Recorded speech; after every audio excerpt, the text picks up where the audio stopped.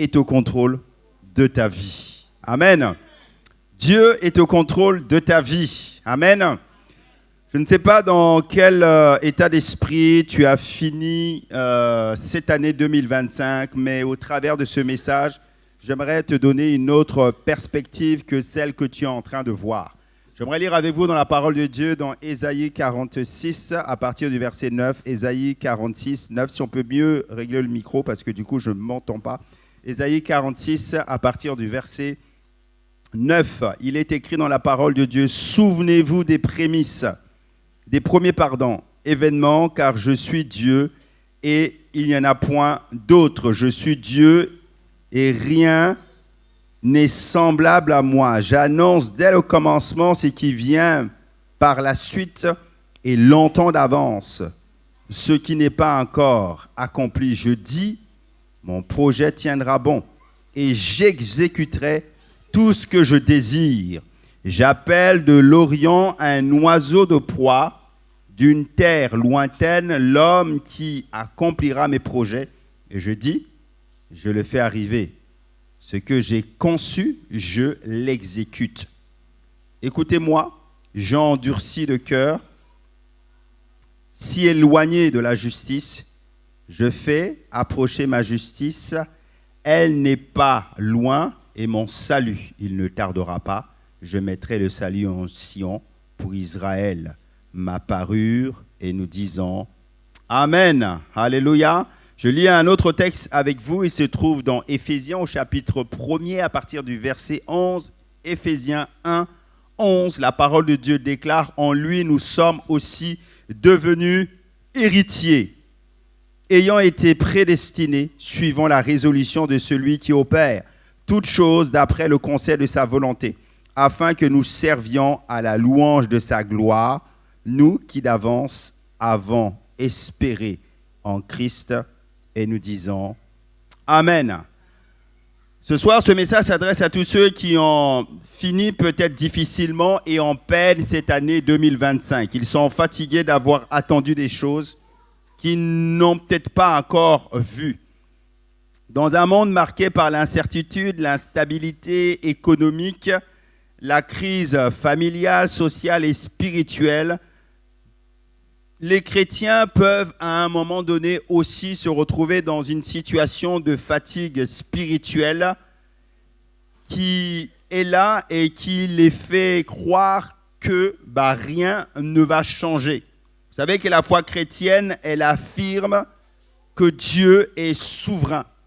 Et parce qu'elle affirme que Dieu est souverain, alors que nous sommes des hommes, il est quelquefois difficile pour nous de réaliser et de constater que Dieu contrôle les circonstances. Pourtant, Dieu contrôle les circonstances. Il veille, l'Écriture nous dit, sur sa parole afin de l'exécuter. Amen. J'aimerais partager 2 points essentiellement avec vous ce soir. Je ne vais pas être long. Et dans mon premier point, j'aimerais simplement définir qu'est-ce que cela sous-entend Dieu est au contrôle pour nous. Ça veut dire quoi? Dieu est au contrôle. Dieu est au contrôle nous parle en filigrane de la souveraineté de Dieu. Cette souveraineté, elle est absolue.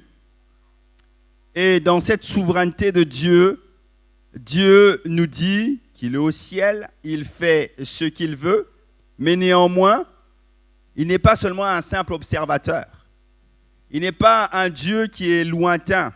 Il est le maître de l'histoire. Et vous et moi, nous sommes dans cette histoire que Dieu construit au travers de nos vies. Sais-tu qu'il y a un projet pour toi? Il a mis des dons, des talents dans ta vie, mais il contrôle l'histoire. Il n'est pas étranger à ce que tu es en train de vivre. Il a aussi un contrôle qui n'annule pas la responsabilité humaine. Même si Dieu est au ciel, qu'il fait ce qu'il veut et qu'il a un plan pour chacun d'entre nous, ce plan-là n'annule pas la responsabilité humaine. Dieu est au contrôle, mais il n'annule pas la responsabilité de l'homme. Vous et moi, l'être humain, nous faisons des choix. Et ces choix sont réels. Et ces choix sont motivés par notre libre arbitre parce que Dieu nous a laissé cela. Il dit dans sa parole, dans le Proverbe 16, à partir du verset 1er,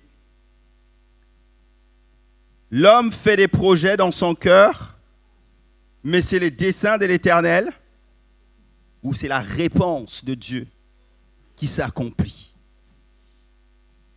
Dieu est autocontrôle, mais vous et moi, nous avons nos choix à faire. Amen. Très rapidement, il existe plusieurs contrôles. Dans mon deuxième point, j'aimerais vous parler de 4 contrôles de Dieu, selon le texte d'Ésaïe 46 que nous venons de lire, et très rapidement. Le premier contrôle, c'est celui-ci, c'est que Dieu contrôle tout selon ses attributs. J'aimerais vous dire que les attributs de Dieu sont divins et il contrôle tout. Au verset 9, nous avons lu ensemble, souvenez-vous des premiers événements, car je suis Dieu, il n'y en a point d'autre. Je suis Dieu et rien n'est semblable à moi. Les attributs de Dieu, c'est ces attributs qui font que Dieu est Dieu et qu'il est l'être ultime que nous connaissons. Il est unique, il est incomparable, il est le je suis. Et parce qu'il est le je suis, j'aimerais te dire que le je suis, le même qui s'est révélé à Moïse, est capable de se révéler à toi. Il vient, il dit, je suis l'unique. Et en dehors de moi, il n'y en a point d'autre. Si je dis que je vais faire, ben je vais faire dans ta vie. Et je le ferai dans ta vie. Amen. Le deuxième contrôle que nous voyons ici, c'est que Dieu contrôle tout selon son projet. Oui. Nous allions ensemble au verset 10 et j'annonce dès le commencement ce qui vient et par la suite et longtemps d'avance. Dieu connaît tous les événements de ta vie. Il les connaît d'avance. Si tu es né dans la famille dans laquelle tu es aujourd'hui, vous savez déjà qu'en te mettant dans cette famille-là, on prendrait non seulement soin de toi, mais que tu serais aussi une solution, une clé dans cette famille. Il sait tout d'avance. Le pays, la ville, le territoire où tu es né a une importance par rapport au plan qu'il a établi pour toi. Il contrôle tout selon son projet et selon le projet qu'il a assigné à nos vies. Amen. Troisième contrôle, c'est que Dieu contrôle tout selon sa providence. Il contrôle tout selon sa providence. On a lu ensemble au verset 1, « J'appelle de l'Orient un oiseau de proie, d'une terre lointaine, l'homme qui accomplira mes projets, ainsi de suite. » Et si quelqu'un se dit, mais c'est quoi la providence? J'aimerais même dire que la providence, c'est un sage gouvernement de Dieu. C'est cela la providence. C'est le gouvernement sage de Dieu. C'est-à-dire que Dieu, il gouverne comme un bon père de famille. On a chanté tout à l'heure qu'il est le papa le plus responsable. Il gouverne avec sagesse. Et dans sa providence, c'est cela, c'est que l'Écriture nous dit même qu'il t'a gravé dans le creux de ses mains. Il t'a gravé dans le creux de ses mains. Il gouverne avec sagesse, il gouverne avec équité, il gouverne avec miséricorde. Et dans sa providence, il y a certaines choses, peut-être que tu n'as pas encore obtenu, mais sache que Dieu gouverne avec sagesse, avec intelligence et avec bonté. Amen. Le dernier contrôle que Dieu exerce, suivant ce texte d'Ésaïe 46, c'est celui-ci, c'est que Dieu contrôle tout selon son plan de sauvetage. Il a un plan de sauvetage. Il nous est relaté au verset 12 d'Ésaïe 46. « Écoutez-moi, gens endurcis de cœur, si éloignés de la justice, je fais approcher ma justice. Elle n'est pas loin et mon salut, il ne tardera pas. » Dieu exerce le contrôle sur nos vies et sur cette terre selon le plan de son sauvetage. Il poursuit une mission, celle de restaurer l'homme. Il poursuit une mission, celle de nous sauver. Sa mission, c'est de nous ramener auprès de lui. Et dans tout ce qu'il fait au travers de nos vies, et vous allez le voir tout à l'heure alors que je vais bientôt terminer ce message, dans tout ce qu'il fait au travers de nos vies, il y a cette mission, ce plan de nous sauver. Est-ce que tu sais qu'il utilise ta vie pour atteindre d'autres? Est-ce que tu sais qu'il utilise ta vie pour que toi tu sois un instrument de bénédiction afin d'emmener plusieurs à lui? J'aimerais terminer maintenant ce message dans mon dernier point Il est intitulé ainsi « Laissez-moi vous encourager ». Parce que je ne sais pas dans quelle mesure, avec quelle interrogation, avec quelle souffrance vous avez terminé 2025. Et alors que 2026 vient devant nous, une nouvelle année est toujours porteur d'espérance. Une nouvelle année est toujours porteur de quelque chose de nouveau. Et Dieu dit dans sa parole, voici, je vais faire quelque chose de nouveau. Ne la reconnaîtrez-vous pas? Il est capable de mettre des chemins dans le désert, des eaux là où il n'y en a pas. Alléluia. Mais j'aimerais vous encourager, et le premier encouragement que j'aimerais apporter peut-être à un cœur, à une âme qui souffre aujourd'hui, parce que je ne sais pas comment toi tu as fini l'année 2025, mais écoute ceci. La première chose que tu dois retenir, c'est que tu n'es pas un raté. Car personne ne peut prendre ce qui est à toi.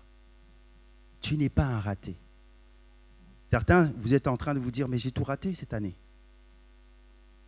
Je suis passé au travers de plusieurs choses. Je n'ai pas saisi telle ou telle opportunité. J'aimerais te dire que tu n'es pas un raté. Pour la simple raison que ce que Dieu a placé en toi, selon son plan, tu te souviens du contrôle qu'il exerce? Ce qu'il a mis en toi, personne d'autre ne peut le prendre. Voilà pourquoi tu n'es pas un raté. Et tôt ou tard, le diamant que tu es va briller. Et personne ne peut voler ce qui est en toi, même pas le diable.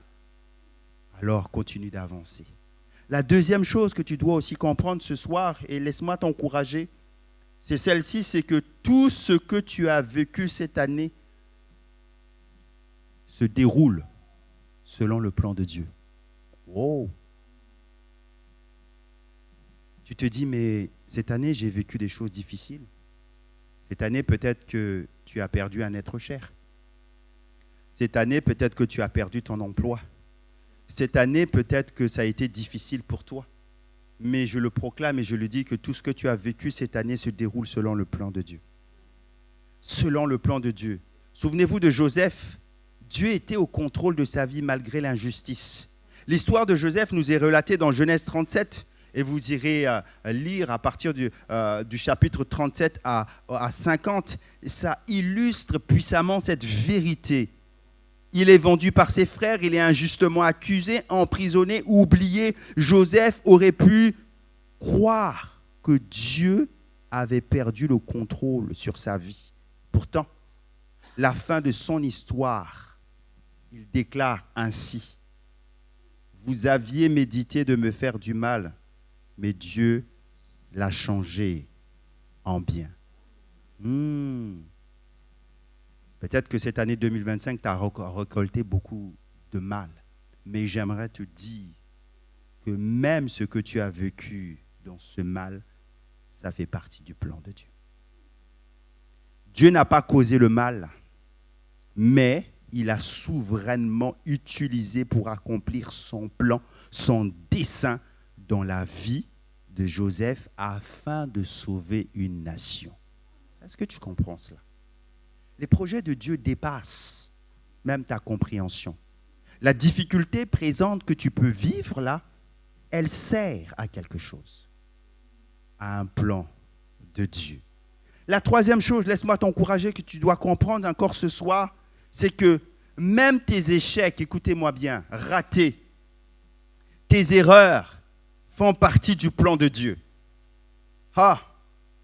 Et là, quelqu'un est en train de dire, mais pasteur, non, j'ai raté tellement de choses. Oui, même tes erreurs, tes échecs là de cette année font partie du plan de Dieu. Pourquoi? Parce que, encore une fois, Dieu est au contrôle. Job nous parle d'un homme qui a vécu la souffrance. Vous vous souvenez? Il perd ses biens, ses enfants, sa santé. Tout semble chaotique, tout semble injuste et incompréhensible. Pourtant, il affirme ceci. Écoutez-moi, dans Job 1er, à partir du verset 21, il affirme ceci. L'Éternel a donné, l'Éternel a repris, mais que le nom de l'Éternel soit béni. Bien sûr, d'une manière théologique, dans la souffrance de Job, il n'est pas juste théologiquement. Quand il dit « l'Éternel a repris », Dieu ne reprend jamais. Dieu ne reprend jamais. Mais qu'importe, ce que j'aimerais souligner ici, c'est que la souffrance, même dans la souffrance de Job, Job continue à espérer en Dieu. Et c'est ça le plus important. C'est que la souffrance de Job ne signifie pas l'absence de Dieu, mais c'est une preuve permise dans un cadre souverain que Dieu l'aime, que Dieu est au contrôle de sa vie. Mes frères et sœurs, même tes échecs ratés, tes erreurs de 2025 font partie du plan de Dieu. Parce que Dieu même se sert de cela pour accomplir son dessein à ton égard. Alléluia. Laisse-moi encore t'encourager en te disant ceci. Même ceux, écoute-moi bien, et écoutez-moi, mes frères et sœurs, même ceux qui t'ont blessé sont contenus dans le plan. Ceux qui t'ont blessé en 2025, ils sont contenus dans le plan de que Dieu a pour toi en 2026. Laisse-moi te le dire. Et quelqu'un se dit, mais non, pasteur, non, non. Ici, les crises familiales, les crises relationnelles, que ce soit au sein de ta famille ou que ce soit professionnel, que ce soit avec tes frères et sœurs que tu as pu avoir en 2025, font partie du plan. Les conflits, les séparations, les incompréhensions ne signifient pas que Dieu t'a abandonné et que Dieu abandonne ses enfants. Non. Mais Dieu agit souvent progressivement. Pourquoi? Pour restaurer nos cœurs. Dans quel but? Dans le but de nous enseigner le pardon. Dans le but de nous enseigner comment atteindre une certaine maturité spirituelle. Dans le but de nous rendre meilleurs. Ce que Dieu vise, c'est ce qui est durable en toi. Pas l'instant, mais ce qui est durable en toi. C'est ça que Dieu vise. Voilà pourquoi, même ces blessures-là participent au plan de Dieu pour toi. Alors ne t'arrête pas. Ne t'arrête pas, avance. Et j'aimerais t'encourager ce soir en te disant, ne t'arrête pas de bénir le frère ou la sœur qui t'a blessé. Ne t'arrête pas de bénir le collègue de travail qui veut t'évincer. Parce que même tout ça, ça fait partie du plan de Dieu. Il n'y a pas beaucoup d'amen, hein? Dans 1 Corinthiens 10, 13, il est écrit qu'aucune tentation ne vous est survenue. 1 Corinthiens 10, 13, qui n'ait été humaine, et Dieu qui est fidèle ne permettra pas que vous soyez tentés au-delà de vos. Mais avec la tentation, il préparera aussi le moyen d'en sortir, afin que vous puissiez la supporter. Bénis quelqu'un. Bénis quelqu'un. Bénis la personne qui t'a fait perdre du temps en 2025. Bénis celle qui t'a donné des maux de tête. À tel point que tu n'arrivais même pas à endormir. Bénis-la. Parce que ça fait partie du plan. Amen. Je finis avec ça et nous poursuivrons en 2026. Écoute bien, tu peux retarder le plan. Et à la vidéoprojection, vous vous préparez. Tu peux retarder le plan de Dieu, mais tu ne peux pas perdre ce que Dieu a mis en toi. Si en 2025, arrivé là en 2025, tu as l'impression d'avoir couru, mais d'avoir fait du surplace, est-ce que quelqu'un pense ça ce soir? Tu as l'impression d'avoir couru, mais d'avoir fait du surplace. Je suis en train de te dire que tu peux retarder le plan de Dieu, mais tu ne peux pas perdre ce que Dieu a mis en toi. Pourquoi? Parce que l'exaucement ne dépend pas de ton chronos. C'est-à-dire du temps que tu as décidé pour l'exaucement. Mais l'exaucement dépend du temps kairos, le temps de Dieu. Le temps chronos, C'est le temps que peut-être la jeune fille va se dire, à 25 ans, il faut que je sois mariée. 25 ans arrivent, elle n'est pas mariée. Ça, c'est le temps chronos. Ce n'est pas le temps kairos de Dieu. Le temps kairos de Dieu, c'est le temps de l'exaucement. Donc, tu peux retarder le plan de Dieu, mais tu ne peux pas perdre ce que Dieu a mis en toi. Et au moment de Dieu, tu te mailleras. Au temps de Dieu, tu te mailleras. Alléluia. La deuxième chose que vous devez comprendre, c'est celle-ci, c'est que l'histoire de Lazare nous montre quoi? Nous montre que Dieu peut nous faire attendre parce qu'il veut manifester sa gloire dans son histoire et dans ton histoire à toi. Dieu, c'est un chercheur d'histoire. Ça veut dire que si ton histoire l'intéresse, Chris-Laure, il va te fabriquer jusqu'à ce que ta vie puisse proclamer sa gloire. Alors il prendra le temps qu'il faut parce que ton histoire l'intéresse. Quelles sont les histoires qui intéressent Dieu ce soir? Si ton histoire intéresse Dieu, Dieu prendra le temps de travailler avec toi. Parce qu'il veut que tu sois ce diamant qui va raconter sa gloire. Alléluia. Yes, yes. Je finis avec ça. Troisièmement, Dieu veut que tu arrives à une certaine maturité. C'est pour ça que tu peux retarder le plan, mais tu ne peux pas perdre ce que Dieu a mis en toi. Parce que Dieu veut que tu arrives à une certaine maturité pour manifester puissamment sa gloire et mériter ce qu'il va te donner. J'aimerais te dire que ça prend du temps. Ça peut prendre du temps. Une bénédiction que tu ne peux avoir sans avoir été formé, sans la gérer correctement, n'est pas une bénédiction. Parce que tu ne pourras pas la gérer correctement. Tu ne pourras pas l'emmener beaucoup plus loin. Et une bénédiction que tu as alors que tu n'as pas la maturité nécessaire pour la gérer sera pour toi une difficulté. C'est pour ça que Dieu prend quelquefois le temps. Dans Matthieu 7, 6, il est écrit « Ne donnez pas les choses saintes aux chiens et ne jetez pas vos perles devant les pourceaux. » Dieu ne donne pas les perles aux pourceaux.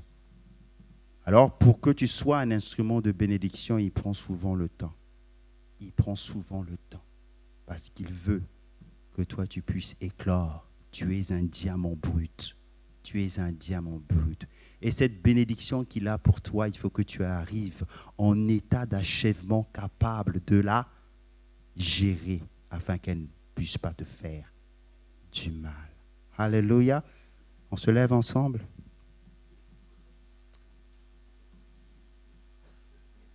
Il est 23h59. Et nous allons bientôt passer en 2026. Et le compte à rebours va se mettre en place. Alléluia.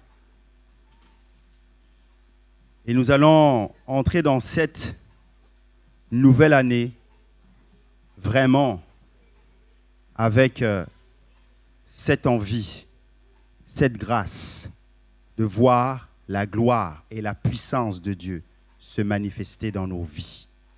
Alléluia. Vous pouvez mettre le compte à rebours quand vous voulez. Amen. Pour que la gloire de Dieu se manifeste puissamment dans notre vie, Et ce que nous voulons, c'est de regarder à ce que Dieu va faire. Il est au contrôle de toutes choses. Et le message de ce soir, si tu veux le comprendre réellement, c'est que Dieu a le contrôle sur ta vie. Il a le contrôle sur ta vie. Il est celui qui ne change pas. Amen. Alors que nous entrons en 2026, nous voulons dire, Père, contrôle nos vies. Amen. On va compter ensemble puisque le compte à rebours ne se met pas. Alléluia. Dites avec moi 10, 9, 8, 7, 6, 5, 4, 3, 2, 1, 0. Bonne année. Bonne année 2026.